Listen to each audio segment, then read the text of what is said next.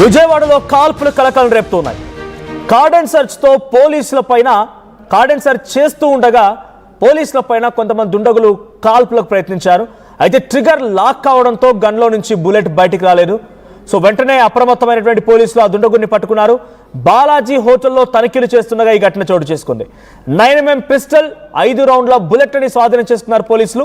అయితే దుండగుడు వరంగల్కు చెందినటువంటి మురళీగా గుర్తించారు పోలీసులు.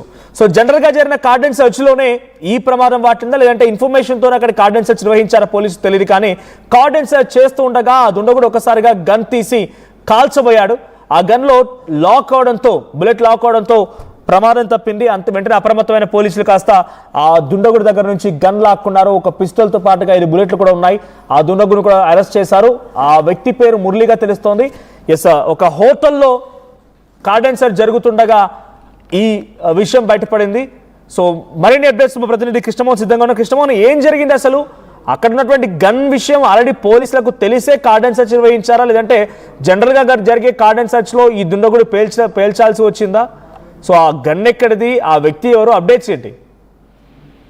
మన ఉదయం విజయవాడలో కొంత పిస్టల్ కలకలం అయితే జరిగింది. కార్డన్ సెర్చ్ చేస్తోంది డిపార్ట్మెంట్ అన్ని ప్రాంతాల్లో, రాష్ట్ర వ్యాప్తంగా కూడా ఈ రోజు చాలా ప్రాంతాల్లో సెర్చ్ నిర్వహిస్తుంది.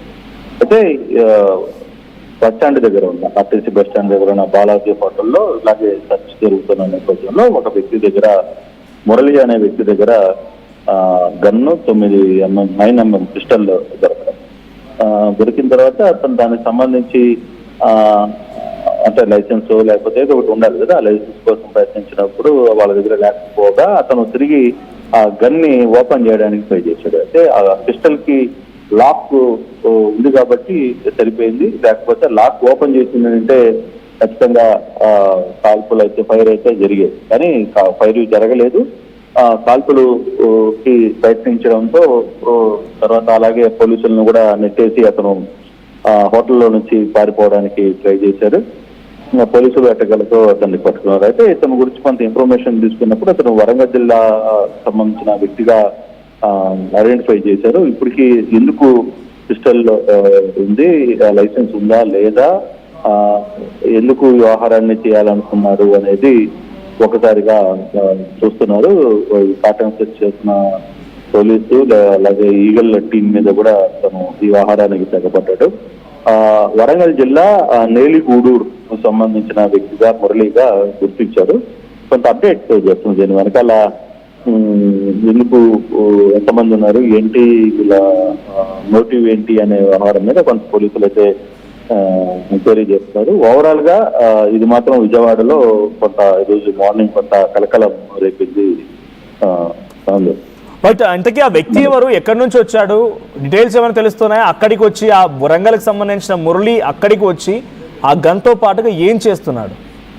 అంటే హోటల్లో క్యాజువల్ గా ఒక ప్రయాణికుడు లాగే వచ్చినట్టున్నాడు. హోటల్లో రూమ్ కావాలన్నాడు.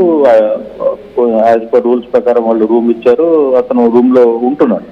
అయితే ఈ పోలీసు ఈ సెర్చ్ లో ఆ హోటల్స్ అన్ని కూడా చెక్ చేస్తున్నారు. ఉన్నవారు ఎవరు, ఏంటి, ఎక్కడున్నారు, ఏంటి మీ వస్తువులు చూపించండి, మీరు ఎందుకు సింగిల్ గా ఉన్నారు, ఇవన్నీ ఎంక్వైరీ చేస్తున్న సమయంలోనే ఇతను తెలంగాణకు సంబంధించిన వ్యక్తిగా, వరంగల్కి సంబంధించిన నెల్లిగూడూరు అనే ఏరియాకి సంబంధించిన వ్యక్తిగా ఐడెంటిఫై అయింది. ఇంత లోపల పిస్టల్ కనపడే లోపల ఆ పిస్టల్ ని పోలీసుల మీదనే ఫైర్ చేయాలనే ఉద్దేశం అయితే ట్రై చేశాడు. ఇంకా పోలీసు ఇన్వెస్టిగేషన్ జరుగుతోంది. ఇప్పుడు పోలీసుల అదుపులో అయితే మురళి ఉన్నాడు. మరి కాసేపట్లో అసలు ఎందుకు, ఏంటి, ఏ విధంగా ఆహారం జరిగింది అనే విషయాలని బయటపడే అవకాశం అయితే ఉంది. Manoj, right, thank you Krishnamohan. So మొత్తంగా వరంగల్కి సంబంధించినటువంటి ఒక వ్యక్తి, మురళి అనే వ్యక్తి బాలాజీ హోటల్లో రెగ్యులర్ బేసిస్ లాగానే ఒక ప్రయాణికుల్లాగా వచ్చి రూల్స్ ప్రకారంగానే హోటల్ తీసుకున్నాడు. సో కార్డన్ సెర్చ్ నిర్వహిస్తున్నారు విజయవాడ పోలీసులు. కార్డన్ సెర్చ్లో భాగంగా హోటల్లోకి వెళ్ళి కార్డన్ సెర్చ్ నిర్వహిస్తుండగా వెంటనే తన చేతిలో ఉన్నటువంటి గన్, పిస్తోల్ తీసుకొని పేల్చబోయాడు.